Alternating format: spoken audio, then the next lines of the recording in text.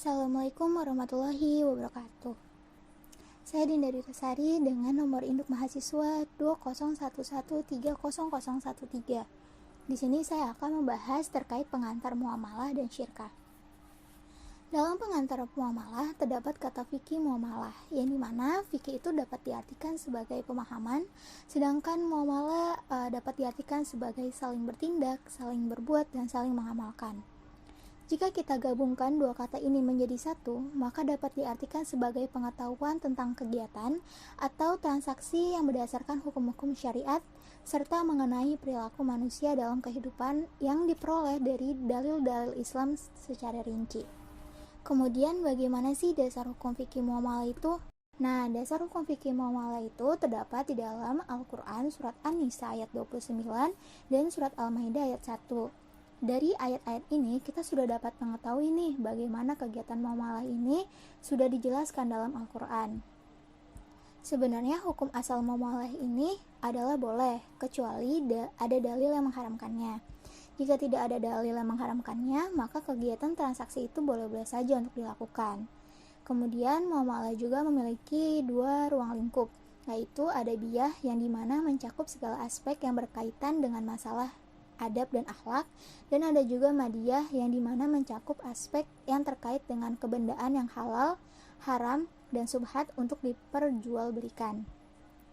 Menurut Ibnu Abidin, muamalah memiliki objek kajian, yaitu yang pertama ada transaksi kebendaan, yang kedua pemberian kepercayaan, yang ketiga perkawinan, dan yang keempat itu ada urusan persekantaan, dan yang terakhir pembagian warisan.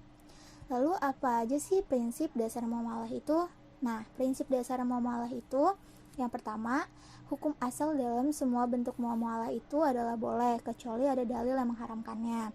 Yang kedua, sukarela, di mana tidak ada mengandung unsur paksaan. Kemudian yang ketiga itu ada mendatangkan manfaat dan menghindari kemudaratan. Yang keempat, memelihara nilai keadilan dan menghindari unsur penganiayaan.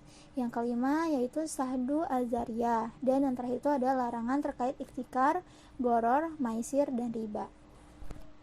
Kemudian kegiatan dapat dikatakan bahwa tidak termasuk ke kategori riba jika memenuhi syarat seperti yang pertama, kegiatan transaksi barang dengan uang. Kemudian ketentuan waktu pembayaran juga jelas. Kemudian yang ketiga, harga yang jelas untuk angsuran dan cara mengangsurnya juga harus jelas. Nah, saya sudah menjelaskan terkait pengantar fikih muamalah, bagaimana dalilnya, kemudian prinsip-prinsipnya juga bagaimana. Selanjutnya yaitu saya akan membahas terkait syirkah. Sebenarnya apa sih syirkah itu?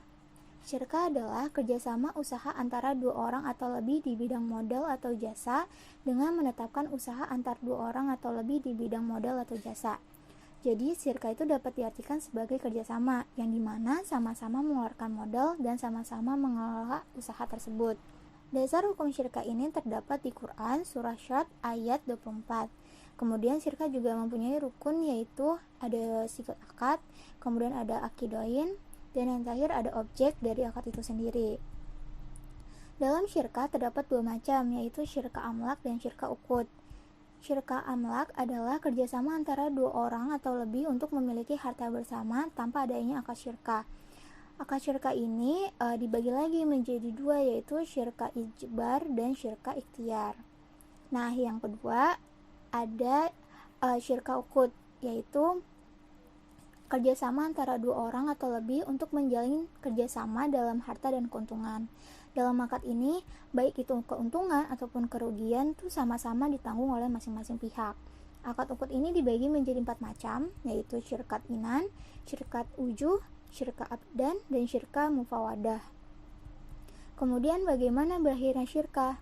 Nah, berakhirnya syirkah itu ada 5, yaitu yang pertama, jika salah satu pihak membatalkannya. Kemudian yang kedua, jika salah satunya ada yang meninggal atau semuanya meninggal.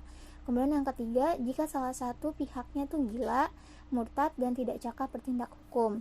Dan yang keempat itu ada jika tidak adanya persamaan kesepakatan. Dan yang kelima yaitu jika rusaknya modal. Nah, sekarang sudah paham kan terkait fikih muamalah serta syirkah? Mungkin itu saja yang bisa saya sampaikan. Jika ada kekurangan itu dari saya, dan jika ada kelebihan itu dari Tuhan. Sekian dari saya. Wassalamualaikum warahmatullahi wabarakatuh.